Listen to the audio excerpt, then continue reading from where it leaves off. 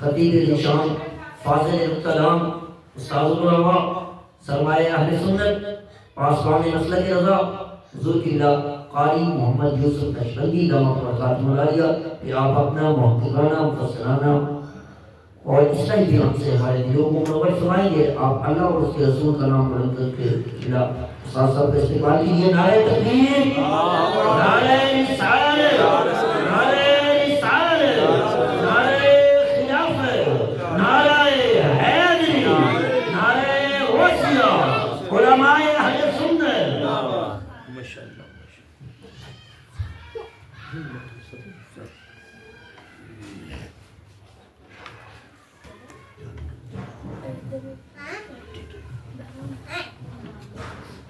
نحمده ونشكره ونسلم على سيدنا وحبيبنا وحبيب ربنا وطبيبنا وطبيب قلوبنا ورحيمنا وكريمنا وملجانا ومأوانا ووكيلنا وكفيلنا ووسيلتنا ومولانا محمد مصطفى صلى الله عليه وعلى آله وأصحابه ولول الهدى وأولياء أمته وعلماء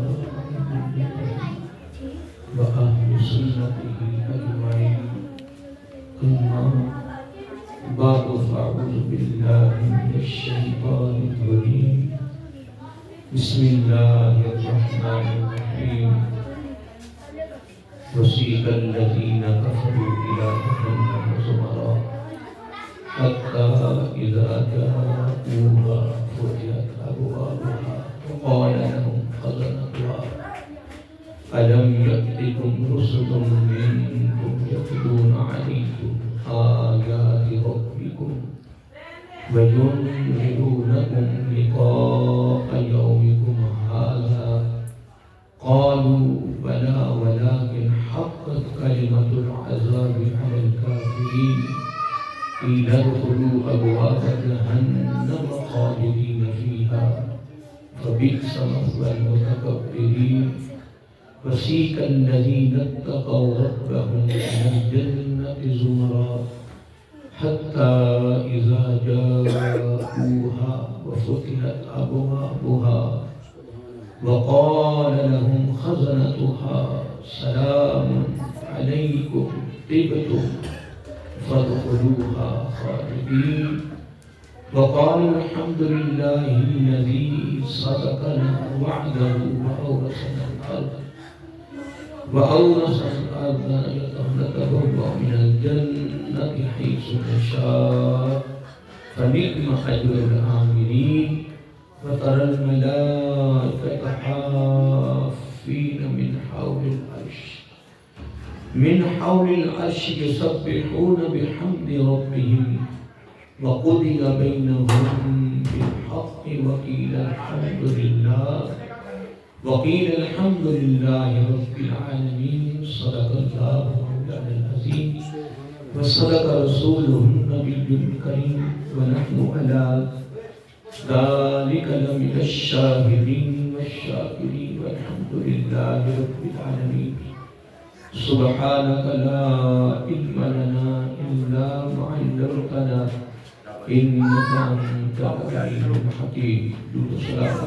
صلاة والسلام عليك يا رسول الله. صلاة والسلام عليك يا سيدي يا حبيب الله. الصلاة والسلام عليك يا سيدي يا نبي الله وعلى آلك وصحبه وسلم.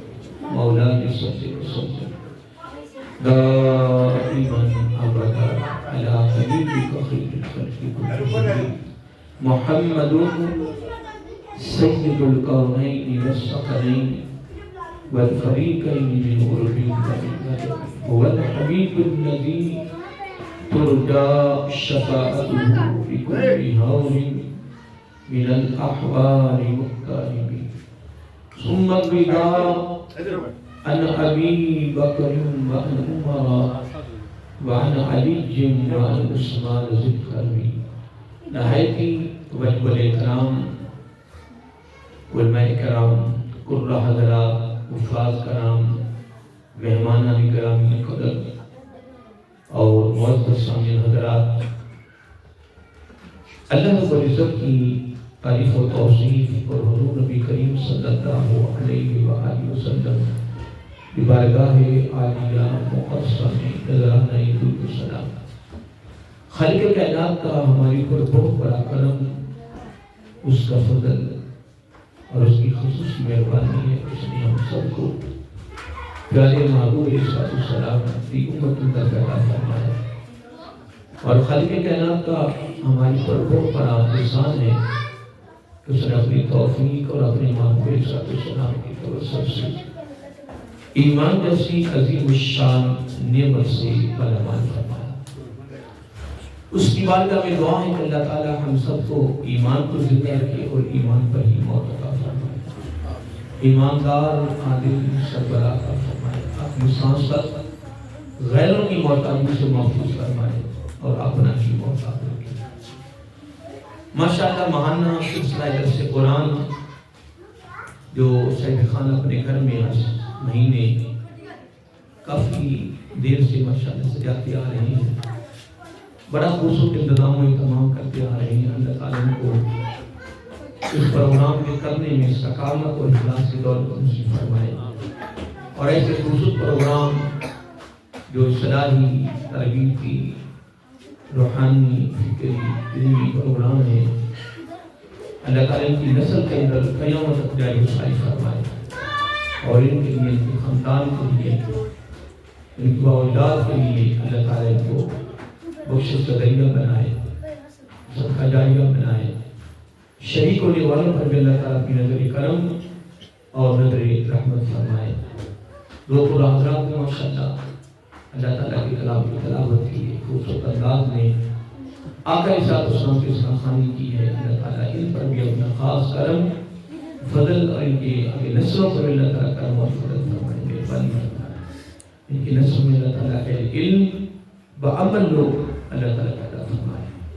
حضرات محترم، قاری صاحب نے تلاوت کی ہے، کچھ اور گفتگو کرنے کا میں موضوع تھا، بس دل چاہا کہ چلو اسی رکوع پر دو چار باتیں ان سبق کے طور پر کر دی جائیں، ان پیغام کے طور پر کر دی جائیں۔ یہ سورۃ زمر ہے اور اس کا آخری رکوع ہے۔ اس میں اللہ تعالیٰ نے دو گروہوں کا ذکر کیا ہے۔ کتنے؟ دو گروہوں کا ذکر کیا ہے، یہ دو ٹولوں کا، ایک جو دوستی ہے ان کا، اور ایک جنتوں کا۔ جب یہاں لفظ آ رہا ہے وسیق الذین کفروا، انکار کرنے والے ہیں، اور اس سے مراد غیر مسلم بھی ہیں، اور اس سے مراد گناہگار بھی ہیں۔ کیا؟ گناہگار بھی ہیں جو دوزخ کی طرف جائیں گے۔ تو اللہ تعالیٰ نے جو اس میں نقشہ کھینچا ہے وہ سچ ہے، اور وہ حق پر مبنی ہے۔ ایسا نہ ہو کہ بس ذرا ہم اس کو سنا دیں اور سن دیں۔ اب یہ ایک بہت بڑا مغالطہ ہے۔ کیا لگا ہے؟ مغالطہ لگا ہے۔ لوگ اپنے ڈگر پہ چل رہے ہیں، بے دھڑک چل رہے ہیں، بے ڈر ہو کر چل رہے ہیں، لیکن ایسا معاملہ نہیں ہے۔ یہ معاملہ سارا کا سارا حقیقت پر مبنی ہے۔ قرآن مجید ایک حقیقت ہے۔ آقا علیہ السلام کی ساری تعلیم جو ہے، جس کو ہم کہتے ہیں احادیث نبوی صلی اللہ علیہ وآلہ وسلم، وہ بھی ایک حقیقت ہے۔ انبیاء کی زندگی حقیقت ہے، میرے آقا علیہ السلام کے غلاموں کی زندگی حقیقت ہے، گھر والوں کی زندگی حقیقت ہے، اولیاء کی زندگی حقیقت ہے۔ باقی الغرض مفسرین ہیں، محدثین ہیں، مؤرخین ہیں، اکابرین ہیں، متقدمین ہیں، صوفیاء کرام ہیں، اولیاء کرام، سب کی جو زندگی ہے، جو ان کی سیرت ہے، جو ان کی زندگی کا سارا جو پروگرام ہے، وہ سارا کا سارا حقیقت پر مبنی ہے۔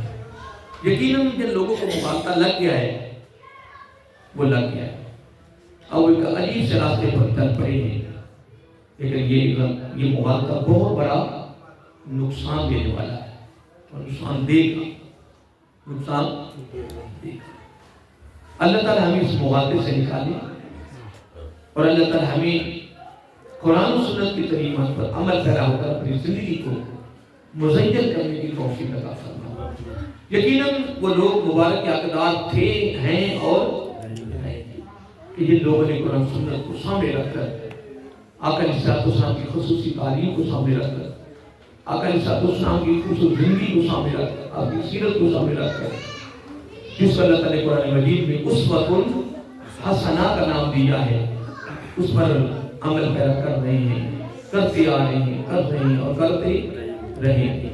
ایسے لوگ جو ہیں خوش نصیب ہیں، اللہ ان کو استقامت اور اخلاص کی دولت سے مالا مال فرمائے۔ کوشش فرمائیں کہ جو ہم سن رہے ہیں اللہ تعالیٰ نے اس کو عملی جامہ پہنانے کی توفیق عطا فرمائے۔ اپنے گھروں کے ماحول خوبصورت ماحول بناؤ، اچھے ماحول بناؤ جو دین پر مبنی ہوں، قرآن و سنت کی تعلیمات پر مبنی ہوں، اور ہمارے گھروں کے پھر ماحول جب قرآن سنت کی تعلیم پر مبنی ہو جائیں گے، پھر انہی گھروں میں اللہ کی رحمتوں کا نزول ہوگا، برکتوں کا نزول ہوگا، حالات خوبصورت ہوں گے، سکون کی زندگی ہوگی، راحت کی زندگی ہوگی، پھر بڑا خوبصورت ماحول بن جائے گا۔ اور ایسے لوگ، ایسے گھر ہیں جن گھروں میں سارے کے سارے افراد اللہ تعالیٰ کی بارگاہ میں جھکنے والے ہیں، سجدہ ریز ہونے والے ہیں، اللہ تعالیٰ کے کلام کی تلاوت کرنے والے ہیں، ذکر کرنے والے ہیں، روزے دار ہیں، اور ایسے ایسے گھر بھی جن گھروں میں تہجد پڑھنے والے ہیں، اشراق اور کاش تمامین پڑھنے والے ہیں، دین کا لگاؤ رکھنے والے ہیں۔ یقیناً اس میں کوئی شک نہیں ہے کہ یہ گھر بھی اعلیٰ ہیں اور گھر میں رہنے والے لوگ بھی اعلیٰ ہیں۔ پھر یہ وہ لوگ ہیں، یہ وہ گھر ہیں کہ جن پر اللہ تعالیٰ کی خاص رحمت کا نزول ہو رہا ہے، اللہ تعالیٰ کی نظر کرم پر ہے، نظر رحمت پر ہے۔ تو حضرات محترم، میں دعا کیا کہ اللہ تعالیٰ ہمیں بھی ایسی زندگی عطا کر دے کہ جو اس کو پسند آئے۔ کیا یہ دعا کرتے رہا کرو، یہ دعا کرتے رہا کرو کہ بھائی تعالیٰ ایسی زندگی عطا کر جو تجھے پسند آئے، اور ایسا بنا دے، ایسا بنا دے کہ تیری بارگاہ میں سرخرو ہو جائے۔ اب جب یہ سرخو پر گفتگو کے لیے بڑے وقت کی ضرورت ہے، بڑا وقت درکار ہے، اہل علم نے اس پر بڑے قدم چلائے۔ کر صاحب میں نے پڑھا تھا کہ اس قرآن کی ایک بہت بڑے اہل علم نے 210 جلدوں پر کی تفصیل لکھی، 200۔ اب یہ ایک جلد ہے، یہ پورا قرآن مجید ایک جلد بھی ہے۔ اس طرح کی 210 جلدیں فقط قرآن کی تفسیر پر لکھی۔ کبھی کبھار سوچتا ہوں کہ یہ لوگ کھاتے کب تھے اور پیتے کب تھے، سوتے کب تھے، رشتہ داری معاملات کب یہ بھگتاتے تھے۔ 210 جلدیں، پھر نماز بھی پڑھ رہے ہیں، پھر روزہ بھی رکھ رہے ہیں، عبادت و ریاضت بھی کر رہے ہیں، گفتگو بھی کر رہے ہیں، لین دین بھی، آنا جانا بھی ہے، روزمرہ کے معاملات بھی ساتھ ساتھ چل رہے ہیں۔ میں سوچتا ہوں کہ یہ 210 جلدیں کہاں لے کر بیٹھ کر لکھی۔ پھر آگے بڑھے، کسی اہل علم سے رابطہ ہوا تو نے کہا 210 جلد نہیں ہے، ایک اہل علم نے 1000 جلد پر قرآن کی تفسیر لکھی۔ پتہ نہیں کیا لکھا ہوگا، ہمارے سب میں بھی وہ نہیں آئی۔ تفسیر کتاب ہے جو برود لبنان، کیا ملک کا نام لبنان ہے، برود میں اس کا دار خلافہ ہے۔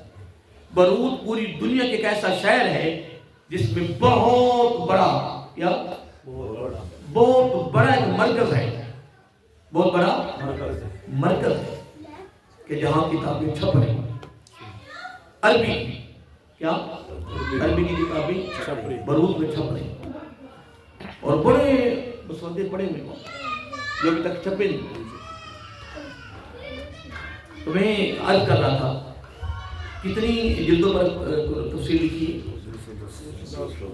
نہیں، میں آگے کون جملہ بول رہا ہے، 1000 جلد،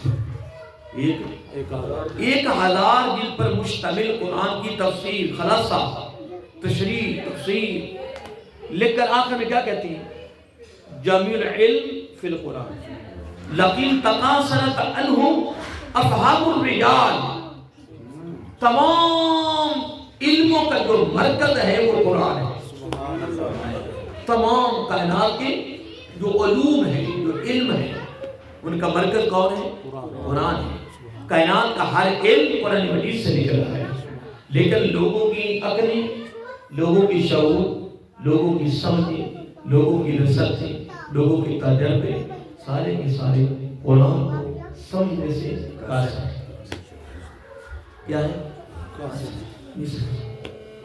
اس لیے دوستوں، لیکن امام احمد بن حنبل رحمۃ اللہ تعالیٰ کی ایک بات یاد آ جاتی ہے کہ امام احمد بن حنبل علیہ رحمہ، جن کی تقلید فقہ میں تقلید حضور غوث اعظم انہی کے مقرر ہے، تقلید میں مسلک بہت بڑے امام ہوئے، امام احمد بن حنبل رحمۃ اللہ تعالیٰ، اللہ اکبر، ان کو خواب میں اللہ تعالیٰ کا دیدار نصیب ہوا،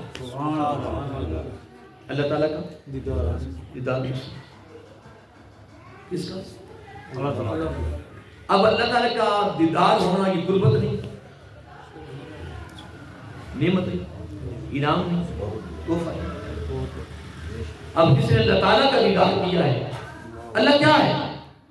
اللہ تعالیٰ کو کوئی شکل ہے، کوئی اس کا جسم ہے، کوئی باڈی ہے، کوئی شکل صورت ہے، وہ نور ہے۔ اللہ نور السماوات والارض، اللہ آسمانوں اور زمینوں کو کیا ہے؟ نور ہے۔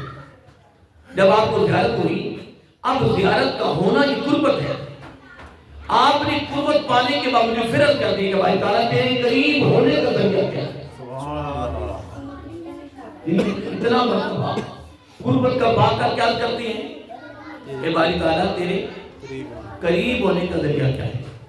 تو خالق کائنات نے جواب کمال دے دیا، کمال فرمایا جس طرح میرا بندہ قرآن کثرت سے پڑھتا جائے گا وہ میرے قریب ہوتا ہے، سبحان اللہ، یعنی میرے کلام کی تلاوت میرے قریب ہونے کا ذریعہ۔ امام صاحب نے ایک آسانی پیدا کروا دی ہمارے لیے، میں وہ ایک ذات کی بات کر رہا تھا، سمجھنے کی بات کر رہا تھا۔ کون سمجھ سکتا ہے اللہ تعالیٰ کے کلام؟ ایک ایک حرف کے پیچھے رب نے بے کنار سمندر بہا دیا۔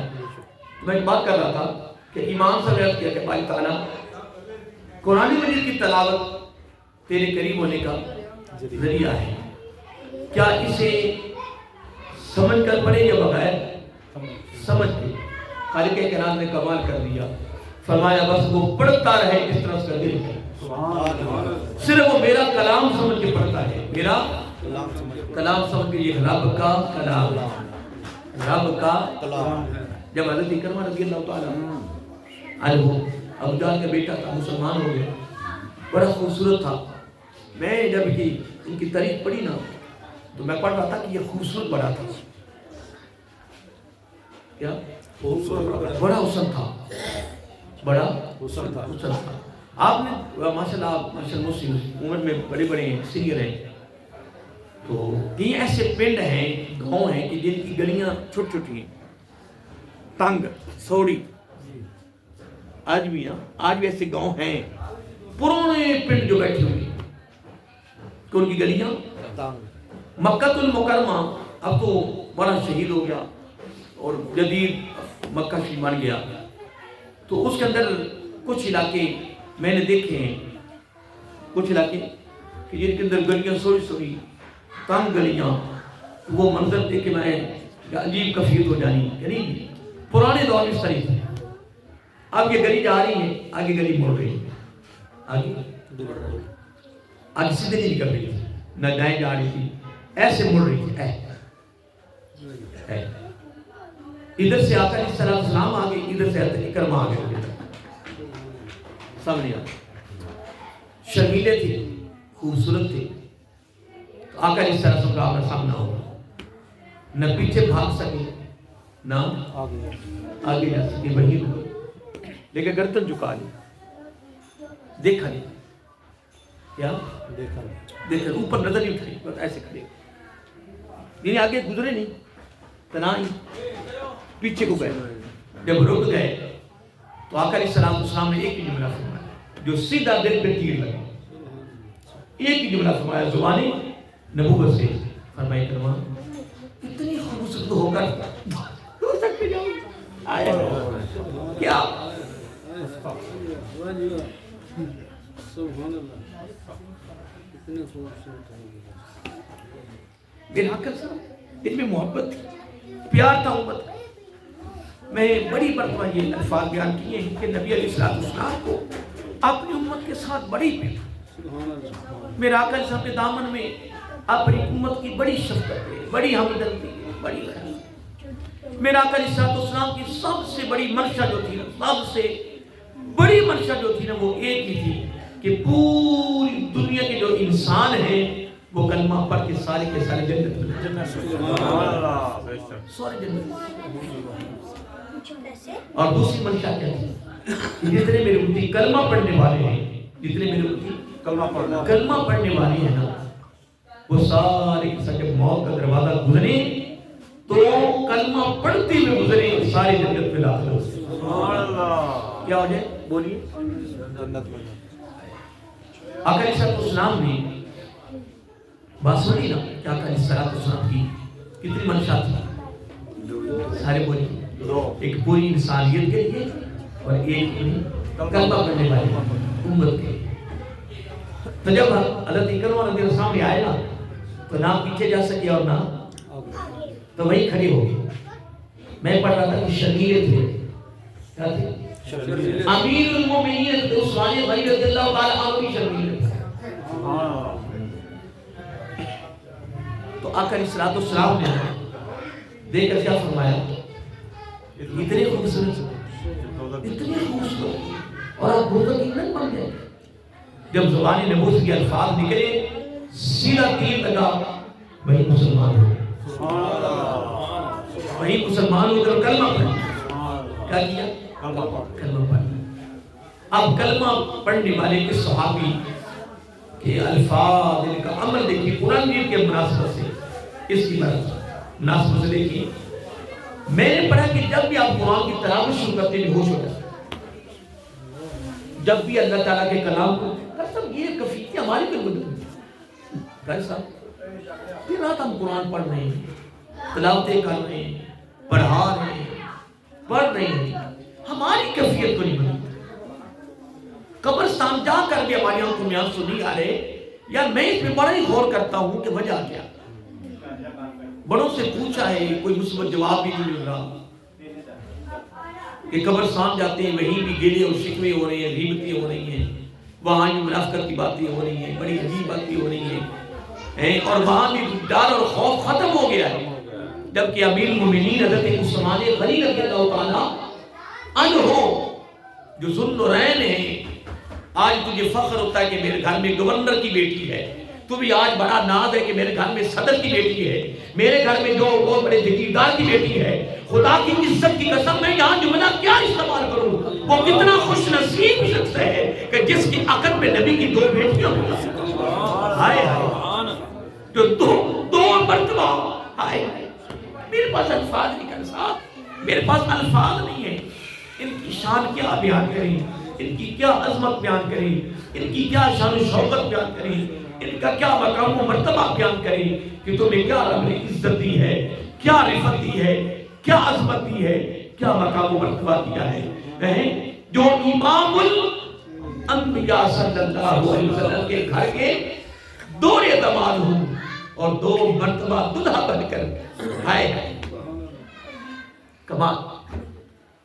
کبھی کبھار یہ بھی ہوتا ہے نا، سسر داماد کی تعریف کر رہا ہوتا ہے، کبھی یہ بھی ہوتا ہے کہ داماد اپنے سسر کی تعریف کر رہا ہوتا ہے کہ میرا سسر گورنر، میرا سسر مفتی، میرا سسر شیخ الحدیث، میرا سسر شیخ القرآن، میرا سسر منقص سربراہ، میرا جناب سسر بڑا امیر ہے، بہت بڑا افسر ہے، جناب کبھی سسر تعریف کر رہا ہے۔ جو میرا داماد ہے نا، جو میرا داماد بنا ہے، وہ فلاں ہے، وہ فلاں ہے، وہ فلاں ہے۔ میں کہتا ہوں وہ سسر بھی آ رہا ہے، وہ داماد بھی آ رہا ہے۔ کیا جملے استعمال کریں اور کیا الفاظ استعمال کریں؟ ہماری زبان کی جرت ہے کیا؟ ہماری زبان کی وسعت ہے کیا؟ ہماری زبان کے اندر یہ سکت اور طاقت ہے؟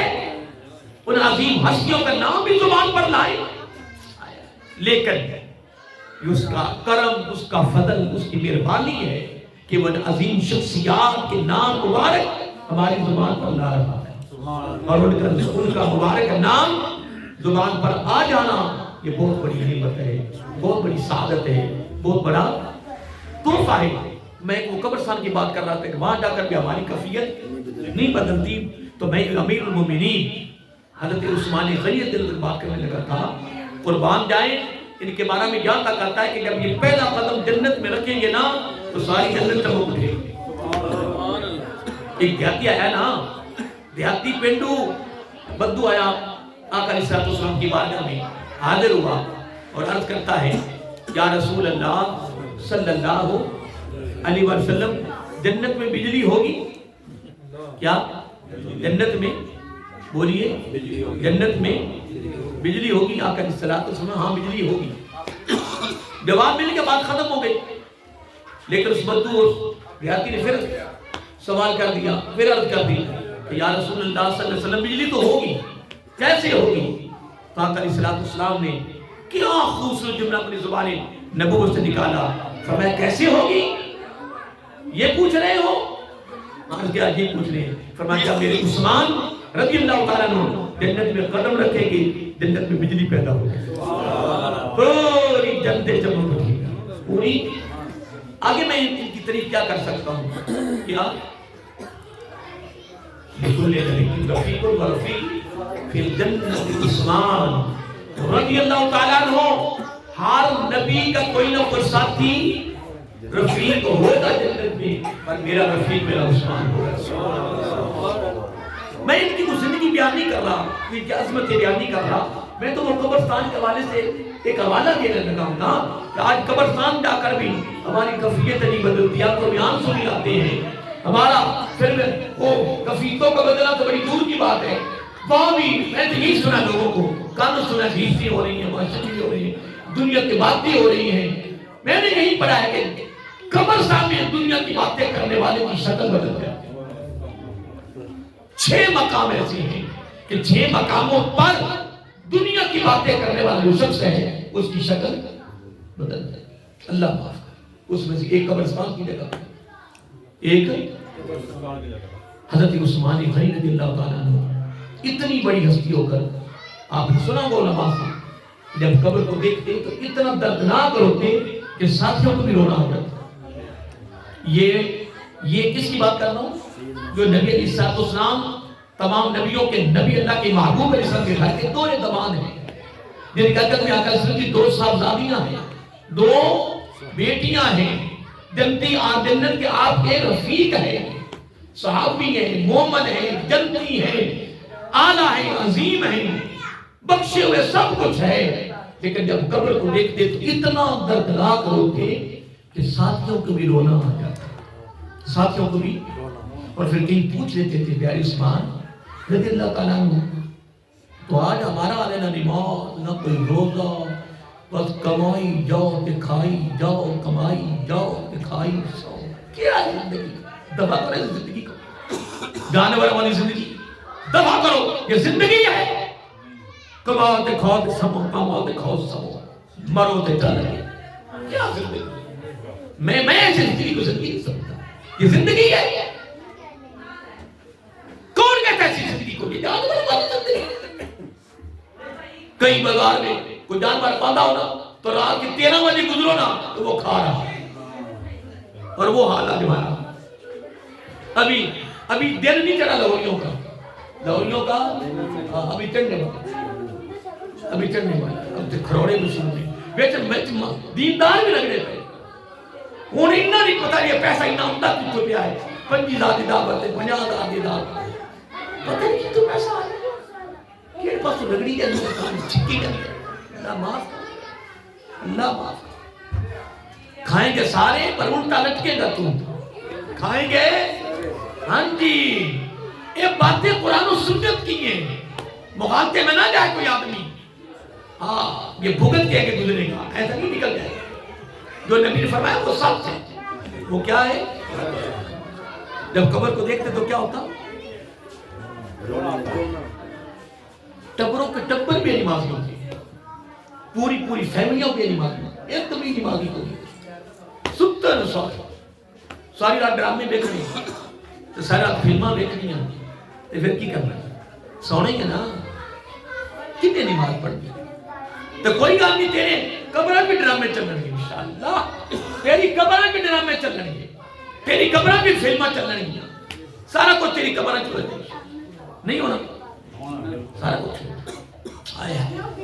اور جب لوگ پوچھتے ہیں کہ آپ اتنا کیوں روتے ہیں, آپ تو بخشے کی جنتی ہو, تو ایک جملہ تو عثمان غنی رضی اللہ کی زبان نبوت سے نکلتا تھا, اپنا زبان عثمان غنی سے نکلتا تھا, بڑا پیارا جملہ نکلتا, نصیحت امور جملہ. فرمایا موت کے وقت بھی لوگ پاس ہوں گے, قیامت کو لوگ پاس ہوں گے, قبر ایک ایسا ٹھکانا جہاں اکیلا تنہا ہوتا ہے. ہاں نہیں اگلی بات بھی سن لو نا, آگے حدیث بات بھی سن لو نا. آقا علیہ السلام نے فرمایا, اب یار ان باتوں پہ غور کرو یار, یہ باتیں بڑی قیمتی باتیں, یہ بڑے قیمتی ہیرے ہیں. ارے صاحب توجہ کرو. آقا علیہ السلام نے فرمایا, رب نے مجھے جتنے مناظر دکھائے نا کائنات کی, یہ نبی علیہ السلام فرما رہے ہیں, خود امام الانبیاء صلی اللہ علیہ وسلم فرما رہے ہیں کہ اللہ تعالیٰ نے مجھے جتنے مناظر دکھائے ہیں نا, کیا پوری دنیا کے جتنے مناظر کے منظر مجھے دکھائے ہیں نا, سب سے مشکل ترین منظر میں نے ایک ہی دیکھا.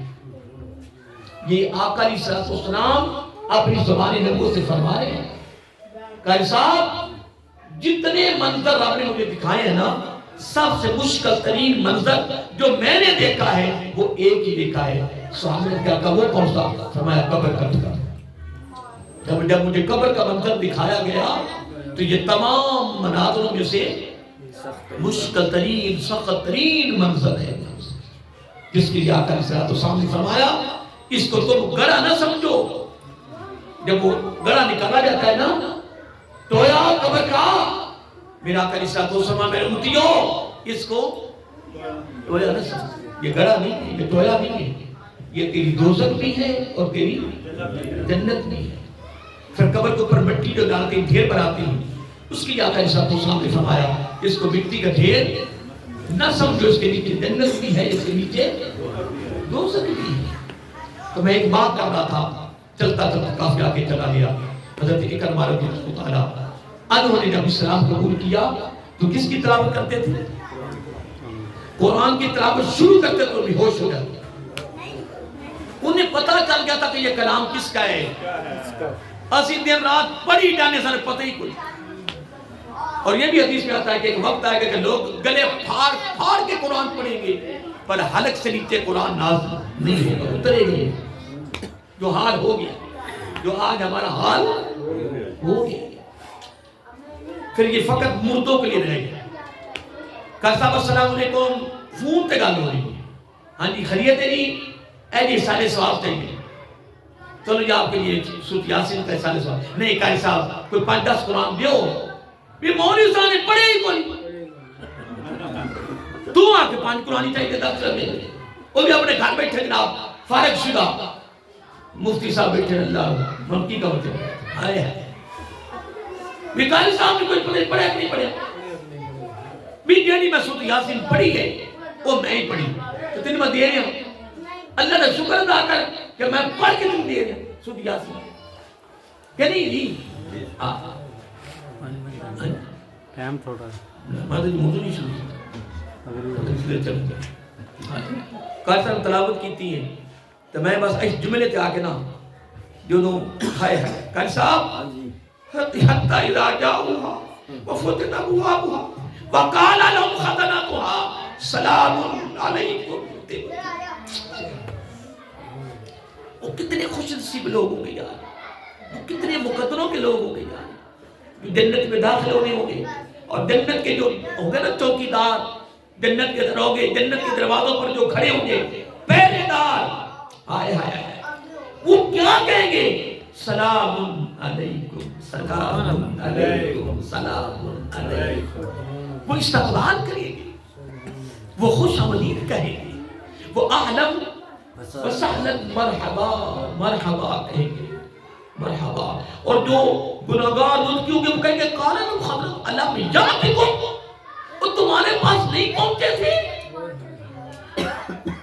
ہمارے وہ نہ بڑی حیرانی سے تعجب سے پوچھیں گے، کیونکہ پچھلے داران سلمانا گروہ در گروہ، اور حدیث میں آتا ہے ایک گروہ کے اندر 50,000 بندہ ہوگا، ایک گروہ میں، اور گروہ در گروہ دوزخ میں آ رہے ہوں گے. تو جو چوکیداروں میں وہ نہ حیرانگی سے پوچھیں گے، وہ نہ تعجب میں چلی جائیں گے اتنی دنیا دوزخ کی طرف آ رہی ہے. وہ کہیں گے اللہ میں یعدکم رسلکم یتلون علیکم آیات وینذرونکم لقاء یومکم ھذا. اس آج کے دن ملاقات کے لیے تمہیں ڈرایا نہیں، تمہیں کو ڈرانے والا نہیں گیا تھا. اے قرآن حضرت صاحب ہون رشوت کھاؤ تے سود کھاؤ تے بے ایمانی کرو تے فراد کرو، لٹ مار کرو، قتل و غارت کرو، جو دل لے کرو، نمازہ نہ پڑھو، نہ روزے رکھو، کاکھ نہ کرو، پر آئے ہونا ہے. اے بھامے سجیوں سنو تے بھامے کھبیوں سنو، بھامے مغالطے جاؤ بھامے نہ جاؤ، جو بے نمازی کے بارے میں، بے روز کے بارے میں، زانی کے بارے میں، شرابی کے بارے میں، جو قرآن و سنت نے دے دی وہ ہونا ہے، وہ ہونا ہے، وہ ہونا ہے. تو بھامے سیٹ کا طرح کے سو کی رہ کی ہے، کی رہ کی. میں تو جملہ بولتا ہے کماؤ کھاؤ سمو، کماؤ کھاؤ سمو، لات لات رکھ بیٹھا جنا بھائی. میں کوئی گا نہیں، گھوڑا کا میدان، وقت آنے والا ہے، وقت لیکن ادھر قرآن جائے میں قربان جاؤں. اللہ تعالیٰ فرماتا ہے جب میرے نیک بندے، میرے نیک بندے مراد کو ڈرنے والا، میں کہا وسیق الذی نتقوا ربہم، جو اپنے رب سے ڈر گئے، جو اپنے آئے جن کی دل میں رب کا ڈر پیدا ہو گیا، خوف پیدا ہو گیا، اللہ کے دربار میں کھڑے ہونے پر، اللہ تعالیٰ کے دربار میں کھڑے ہونے پر جب وہ بھی گروہ در گروہ جنت جب داخل ہو رہے ہوں گے نا، رب کہے گا بھائی آئے اور جنت کے چوکیداروں میرے بندے آ رہے ہیں، آئے ہیں ان عبادی لیس لک علیہم سلطان. لطف یہ نہیں ہے کہ میں کہوں مولا میں تیرا بندہ، لطف یہ ہے کہ رب خود کہے یہ میرا بندہ آئے ہے. میں کہوں آقا میں آپ کا امتی آ گیا، غلام آ گیا، تو کمال ہے. کمال یہ ہے آقا علیہ السلام خود فرمائے میرا غلام آ گیا، میرا غلام آ گیا. تو جب جنت میں جا رہے ہیں نا، انشاءاللہ تفسیر پر بیان کریں گے، جب جنت میں جا رہے ہوں گے نا، رب کہا کہ استقبال کرو بھائی میرے بندے آ رہے ہیں. مولا کیا استقبال کرنا ہے؟ فرمائے کو سلام علیکم، سلام بولو لفظ جملہ کے نام سلام علیکم، سلام علیکم، سلام. اب تم پر سلامتی ہو بھئی، اب تم بھی مبارک ہو بھئی، اے اہلم و سہلن مرحبا، مرحبا تمہیں خوش آمدید. اور آگے کیسا لفظ کیا رہے ہیں؟ طب تم قاری صاحب، طب تم خوب خوب.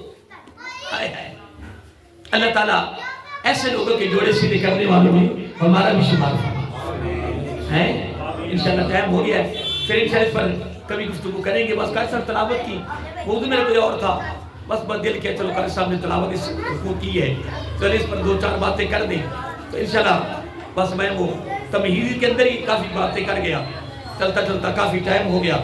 اب تو میرے خیال میں جماعتوں کا ٹائم بھی قریب آ گیا ہوگا. تو بہرحال کوئی دو چار باتیں آپ کو مل گئی ہے نا کہ کوئی نہیں ملی؟ تو میں یہی پیغام دے سکتا ہوں، میں پیغام یہی دے سکتا ہوں. کون سا بنا کہ اپنے گھروں کے ماحول اچھے بناؤ، ہیں اپنے گھروں کے اندر نمازی بناؤ، تلاوت کرنے والے بناؤ، کہ نہیں جی ہیں ایسے تیاری رکھو. اللہ تعالیٰ آپ کو بھی اور مجھے بھی قرآن سنت کے تعلیمات پر عمل کی توفیق عطا فرمائے. اور ہمارے فوجی صاحب ماشاءاللہ ان کے صاحبزادوں نے ایک بڑا سونا پروگرام شروع کیا ہے جو اصلاحی بھی ہے، تربیتی بھی ہے، فکری بھی ہے. انشاءاللہ اللہ تعالیٰ عمل کی توفیق عطا فرمائے. ابھی ٹائم ہے، کل سے دعا فرماتے ہیں.